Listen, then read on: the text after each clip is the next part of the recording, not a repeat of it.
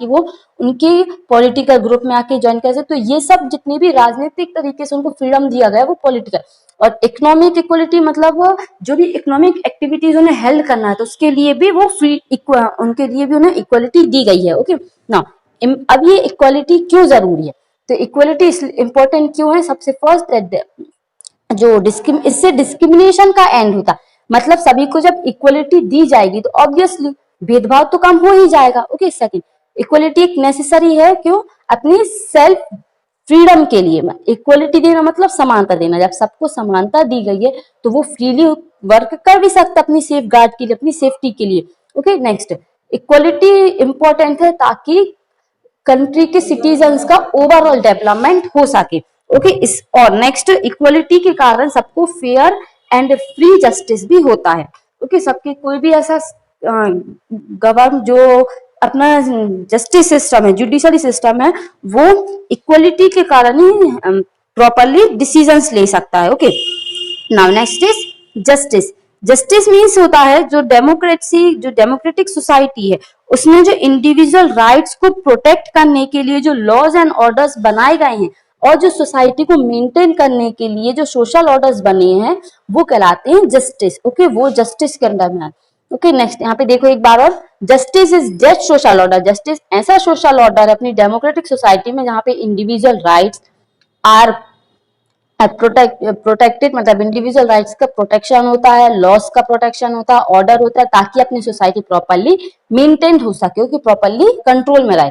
Okay, तो सबसे main objective क्या है जस्टिस का, welfare of society. Okay, society का welfare. Now the justice is a social order. Justice एक ऐसा सोशल ऑर्डर है जिसमें म्यूचुअल रिलेशंस बने होते हैं, किस किस के बीच में, इंडिविजुअल मतलब कॉम जो अपनी सोसाइटी में पीपल्स है, फैमिलीज है, ग्रुप्स है, उनके बीच में एक म्यूचुअल रिलेशंस अच्छे से प्रॉपर कोऑपरेशन बना रहा है, इसके लिए जस्टिस बहुत ज्यादा इंपॉर्टेंट है।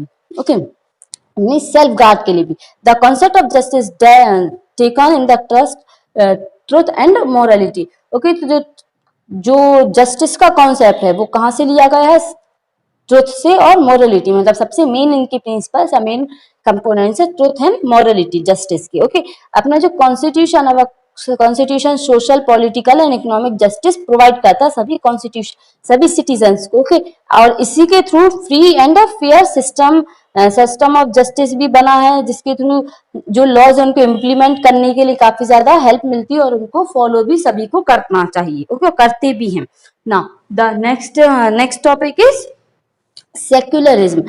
अब ये सेक्युलरिज्म मीन्स होता क्या है, तो सेक्युलरिज्म मीन्स होता अपनी जो स्टेट्स हैं, the secular states provide the freedom to follow any sects and religions to all the citizens. Okay, तो सेक्युलरिज्म मीन्स होता है जो सेक्युलर स्टेट्स हैं, ओके, कुछ ऐसे स्टेट्स है सेक्युलर, वो प्रोवाइड करते हैं किस टाइप का फ्रीडम, कि वहां पे किसी भी रिलीजन से किसी भी कास्ट को अपन अडॉप्ट कर सकते हैं वहां के citizens. Okay, it means that a people have to right to follow their sects and worship any, मतलब अगर जैसे अपन को अधिकार है ना कि अपन जिस धर्म को जाए उस धर्म को फॉलो कर सकते हैं, उस टाइप की पूजा कर सकते हैं, वहां के रिचुअल्स को फॉलो कर सकते हैं, उनके जो कस्टम्स है, परंपराएं, उस धर्म किसी पर्टिकुलर धर्म की अपन फॉलो कर सकते हैं, अपन को कोई रोक टोक नहीं।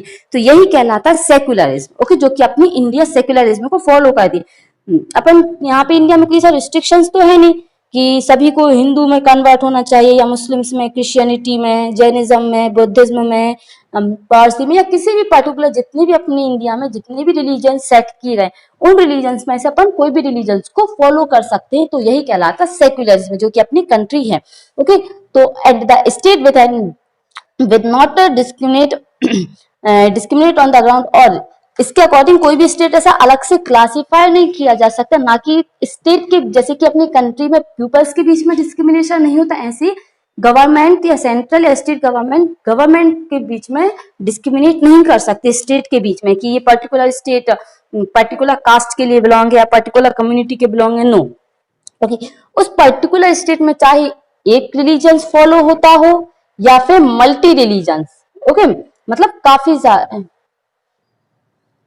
मल्टी रिलीजन्स फॉलो होते हो। ओके, ऐसा कोई जरूरी नहीं है कि वहां पे तो उस कंट्री को उसके रिलीजियस बैकग्राउंड के बीच, उस स्टेट को रिलीजियस बैकग्राउंड के बेसिस पे अपन ट्रीट करें। नो, ओके, सभी को इक्वली ट्रीट करना। और प्रेजेंट में फ्यू नेशंस ऐसे हैं जो कि परफॉर्म जो प्रेफरेंस दे रहे हैं पर्टिकुलर स्टेट्स या रिलीजन्स को।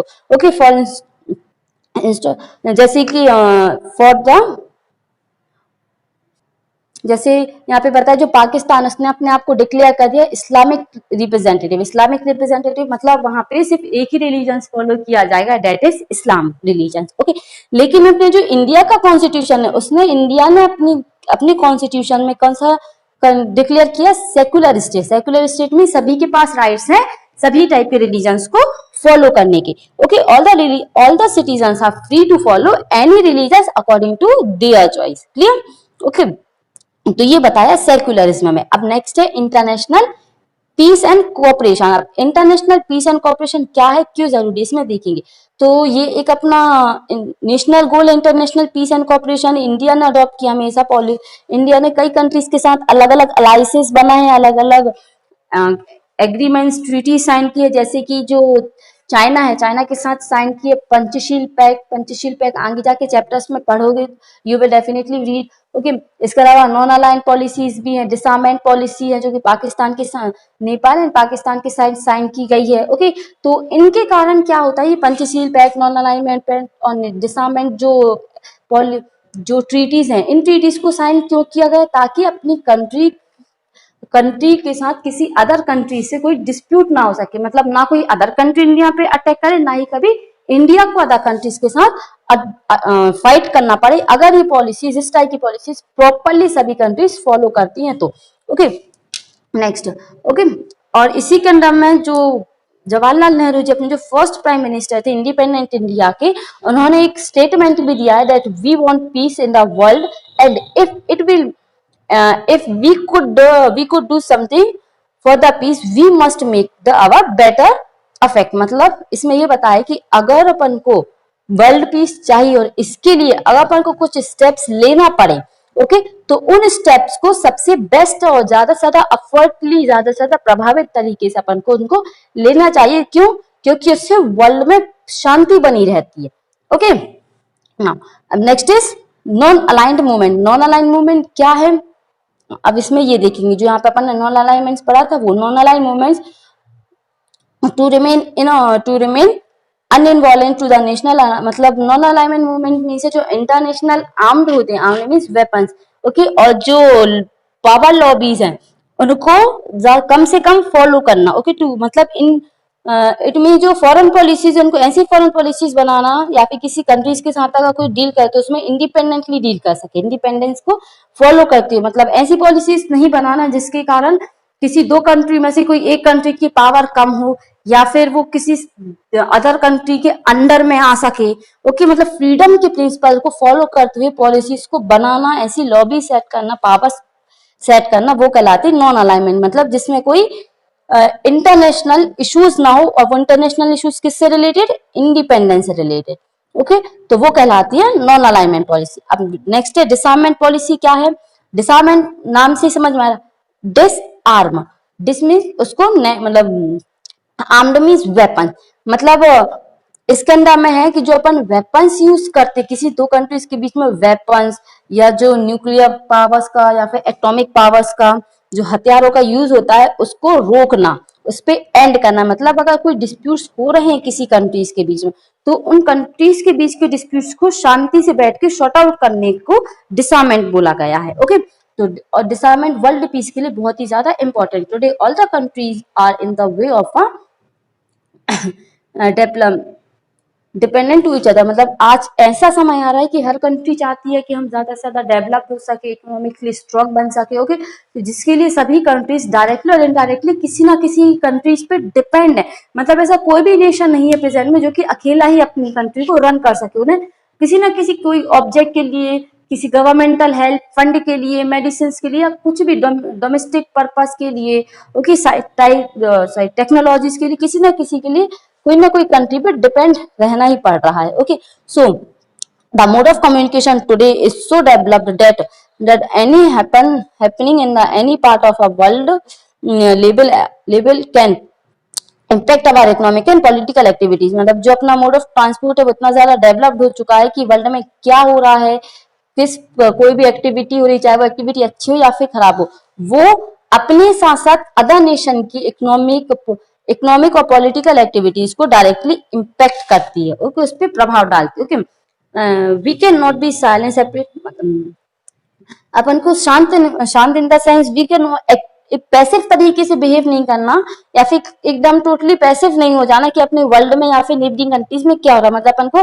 We must be update about the activities which are happened around our countries, okay. अपने आसपास की कंट्रीज में या वर्ल्ड में क्या हो रहा है उसके लिए अपन को हमेशा अपडेट होना चाहिए, ओके, ताकि अपन अपनी सेल्फ प्रोटेक्शन कर सके और अचीवमेंट जो अपन ने गोल सेट किए उन गोल्स को अचीव करने के लिए अपन पहले से प्रिपेयर रहे, और अगर कुछ ऐसा हो रहा है एडिक्वेटली आर्म्ड को अपन अरेंज कर सके, मतलब अपन आने वाली कंडीशंस के लिए पहले से प्रिपेयर रहे, अगर अपन को उनके इंफॉर्मेशन पहले से पता है तो, okay. So if we separate, if we spread, अगर ज्यादा से ज्यादा रिसोर्सेज को स्प्रेड करेंगे अपने डिफेंस में, सोशल और इकोनॉमिक डेवलपमेंट के लिए, तो अपन ये पॉसिबल है, ओके। और इनके थ्रू आर्म्स को बैलेंस करना भी काफी ज्यादा जरूरी है डिफेंस में। जब अपन मतलब गवर्नमेंट को प्रॉपर डिफेंस सिस्टम उनको प्रॉपर नॉलेज होना चाहिए और उनको इस टाइप से ट्रेन करें या फिर इस टाइप से उनको रिस्पॉन्सिबिलिटी दे कि जितने आर्म्स की जरूरत है उस हिसाब से वो वर्क कर सके। देयरफॉर अ बैलेंस व्यू, मतलब balance view should be develop, वही बताए कि कैसे उनको यूज करना, कब यूज करना, तो ये बैलेंस करना आना चाहिए अपनी डिफेंस सिस्टम को, ओके, एक साथ, और साथ ही साथ उसके थ्रू अपना इकोनॉमिक डेवलपमेंट भी हो सके। नाउ ओके, और we must also support the international peace and cooperation, जो कि अपने एंशिएंट टाइम से ही फॉलो होता है। इंडिया का कल्चर है कि हमेशा ही मतलब जो प्रॉब्लम फिर उसको हमेशा उसको बढ़ाना नहीं, या फिर उसमें अदर कंट्रीज के साथ प्रॉपरली कोऑपरेट भी करना, okay. So that's all for the today, and the remaining chapters we will study in a next part. Thank you.